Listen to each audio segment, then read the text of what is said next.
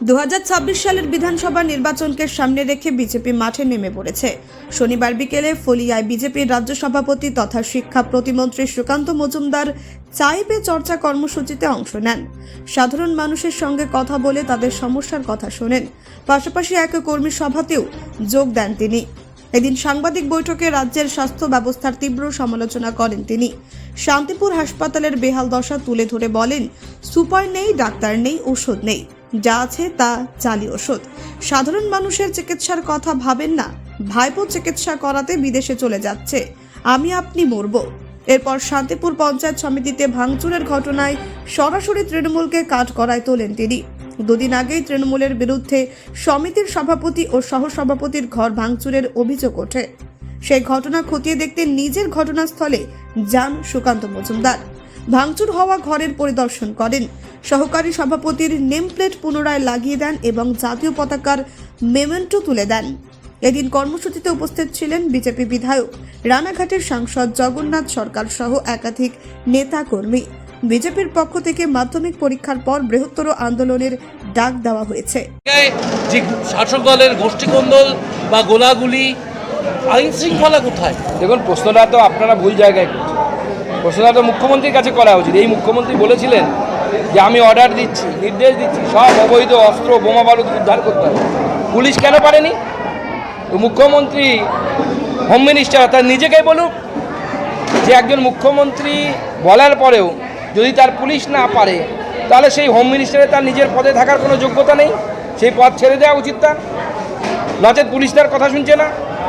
Bengal STF আজকে press conference করে বলছে যে এই যে অস্ত্র বিভিন্ন উদ্ধার হচ্ছে, এর অনেকগুলোই লালবাজারের কাছে পুরনো যে অস্ত্রের দোকান, সেখান থেকে সরবরাহ হচ্ছে বিভিন্ন জেলায়। লালবাজারের নাকের ডগায় বসে অস্ত্র বেআইনি পথে পাচার হচ্ছে, আর বেঙ্গল এসটিএফ তা সাংবাদিক বেঙ্গল এসটিএফ সেটা বলছে, আর বেঙ্গলের ডিজি সেটা শুনে বসে আছে চুপ করে। বেঙ্গলের ডিজিকে প্রশ্ন করা উচিত তো, যে আমাদের পুলিশের ডিজি তার নাকের ডগায়, অর্থাৎ তিনি যেখানে বসেন, তার অফিস যেখানে, সেখানে বা তার পাশে দোকান থেকে গুলি বারুদ এগুলো সব সাপ্লাই হচ্ছে রাজ্যে রাজ্যে, আর সেটা এসটিএফ আবার সার্টিফাই করছে। অর্থাৎ এটা তো বিজেপির কথা না, তাদেরই একটা অংশের কথা। এসটিএফ তো রাজ্য পুলিশের বাইরে নয়। তো স্বাভাবিকভাবে এখন ডিজির কাছে প্রশ্ন যে তার এই বিষয়ে উত্তর দেওয়া উচিত, নাকি তিনি অফিসে বসে বসে ঘুমন মানুষের টাকা, ট্যাক্সের টাকা মাইনে নিয়ে। রাজ্যের বিভিন্ন হাসপাতালের যে ছবি দেখা যাচ্ছে, তাতে আরজিকর হাসপাতালের ক্যান্সার সংক্রান্ত বিভিন্ন পরীক্ষা, এমনকি হরমোন, ভিটামিন ইত্যাদি যন্ত্র গত জানুয়ারির প্রথম সপ্তাহ থেকে খারাপ, এবং বিভাগীয় প্রধান বারবার চিঠি লেখাতেও সংশ্লিষ্ট দপ্তরগুলি থেকে কোনো প্রত্যুত্তর নেই। আরজিকরের মতো মেডিকেল কলেজে দেখুন, কলকাতার প্রমুখ মেডিকেল কলেজগুলোতে এই ধরনের অব্যবস্থা হলে রাজ্যের লোকের তো ভগবান বর্ষায় মৃত্যুর মুখে পতিত হওয়া ছাড়া আর তো কোনো কাজ থাকবে না। এবং রাজ্য বাজেটই বলছে ৬,০০০ কোটি টাকা প্রায় মাদ্রাসা শিক্ষায় যাচ্ছে, স্বাস্থ্যের টাকা নেই। যে গরু দুধ দেয় তার লাথি খাওয়া ভালো। মমতা বন্দ্যোপাধ্যায় দুধ খাচ্ছেন, আমরা লাথি খাচ্ছি, পশ্চিমবঙ্গের গরিব মানুষ লাথি খাচ্ছে। শান্তিপুর হাসপাতালে দেখা যাচ্ছে যে শান্তিপুর হাসপাতালে দেখা যাচ্ছে যে রুগীর বাবাকে হাসপাতালে ভূমি পরিষ্কার করানো হচ্ছে, সেই ছবি ভাইরাল। হাসপাতাল কর্তৃপক্ষ বলছে সুইপার নেই, অধিকার কম রয়েছে, স্বাস্থ্যকর্মী সংখ্যাও নেহাত কম রয়েছে। কী বলবেন? পশ্চিমবঙ্গের স্বাস্থ্য ব্যবস্থা শেষ। সুইপার থেকে শুরু করে ডাক্তার কিচ্ছু নেই, ওষুধ নেই। ওষুধ থাকলে পরে সেই ওষুধ হচ্ছে জালি ওষুধ, যার বিরুদ্ধে আওয়াজ তুলতে গেলে আপনার সাথে আরজিকরের মতো ঘটনা ঘটবে, যেটা আরজিকরের নির্যাতিতার সাথে হলো। রাজ্যের স্বাস্থ্য ব্যবস্থা থেকে মমতা বন্দ্যোপাধ্যায় কফিনে ঢুকিয়ে দিয়েছে, কারণ তার তো প্রয়োজন নেই। তার প্রয়োজন হলে তিনি পিজিতে চলে যাচ্ছেন, এবং মুখ্যমন্ত্রী নিজে বলছেন পিজিতে নাকি তার সাথে ভুল চিকিৎসা হয়েছে। তার ভাইপো আমেরিকা চলে যাচ্ছে চোখের ট্রিটমেন্ট করতে, আমি আপনি মরবো। আজ একাধিক রুগীকে দেওয়া হয়েছে গতকালকে এক্সপায়ারি ওষুধ। কী বলবেন? আমি সেটাই বললাম, সব জায়গাতে এক্সপায়ারি ওষুধ কেন পাওয়া যাচ্ছে? কারণ যে কোম্পানিগুলোকে ওষুধের বরাত পাইয়ে দেওয়া হচ্ছে, সেই কোম্পানিগুলোর কাছ থেকে মোটা অঙ্কের টাকা নেওয়া হচ্ছে, কাটমানি নেওয়া হচ্ছে। তার ফলে তারা এক্সপায়ারি ডেট পার হওয়া বা এক্সপায়ারি ডেট খুব কাছে, ধরুন 1 মাসের মধ্যে এক্সপায়ারি ডেট চলে আসবে, এই ধরনের ওষুধ বিভিন্ন কোম্পানি থেকে কিনে নিয়ে তারা সাপ্লাই করছেন রাজ্যের হসপিটালগুলোতে। এবং গরিব মানুষের স্বাস্থ্য ব্যবস্থা বর্তমানে পরীক্ষা নিরীক্ষায় পরিণত হয়েছে। অর্থাৎ গরিব মানুষকে এক্সপায়ারি ডেট ওষুধ দিয়ে পশ্চিমবঙ্গ রাজ্য সরকার আমাদের স্বাস্থ্যমন্ত্রী তিনি পরীক্ষা করে দেখছেন বাঁচে কি বাঁচে না, গরিব মানুষের প্রাণ কত শক্ত। বিজেপি মন্ডল নির্বাচন ঘিরে গতকাল দাঁতনে দেখা গিয়েছে যে কার্যত হাতাহাতির পরিস্থিতি, এবং সেক্ষেত্রে আমরা দেখেছিলাম 5-6 তারিখে আপনারা একটা মন্ডল নির্বাচনে ডেট দিয়েছিলেন, পরের সে আগে 14, 15, 16 একটা ডেট নেওয়া হলো।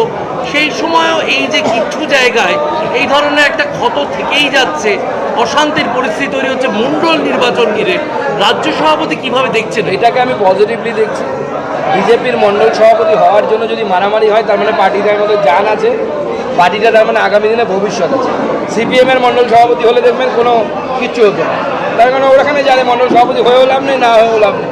বিজেপি যেহেতু ক্ষমতায় আসবে সেহেতু বিজেপির লোকেরা মারামারি করছে যে আমি মণ্ডল সভাপতি হতে ভালো, কারণ মণ্ডল সভাপতিতে একজন হবে একটা মণ্ডলে, হওয়ার ইচ্ছে 5 জনের, স্বাভাবিকভাবে একটু রেশারেশি হয়েই যায়।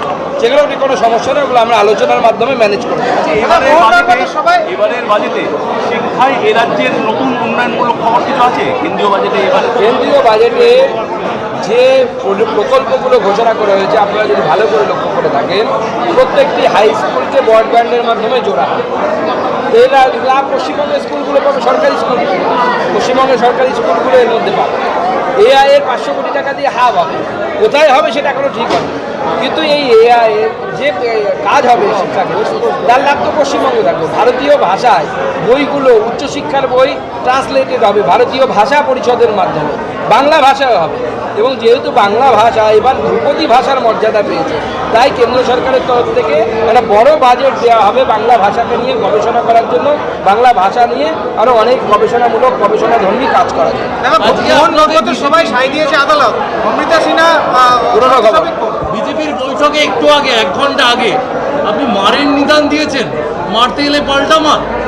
দেখুন, আমাদের সংবিধান বলছে যে প্রত্যেকের আত্মরক্ষার অধিকার আছে।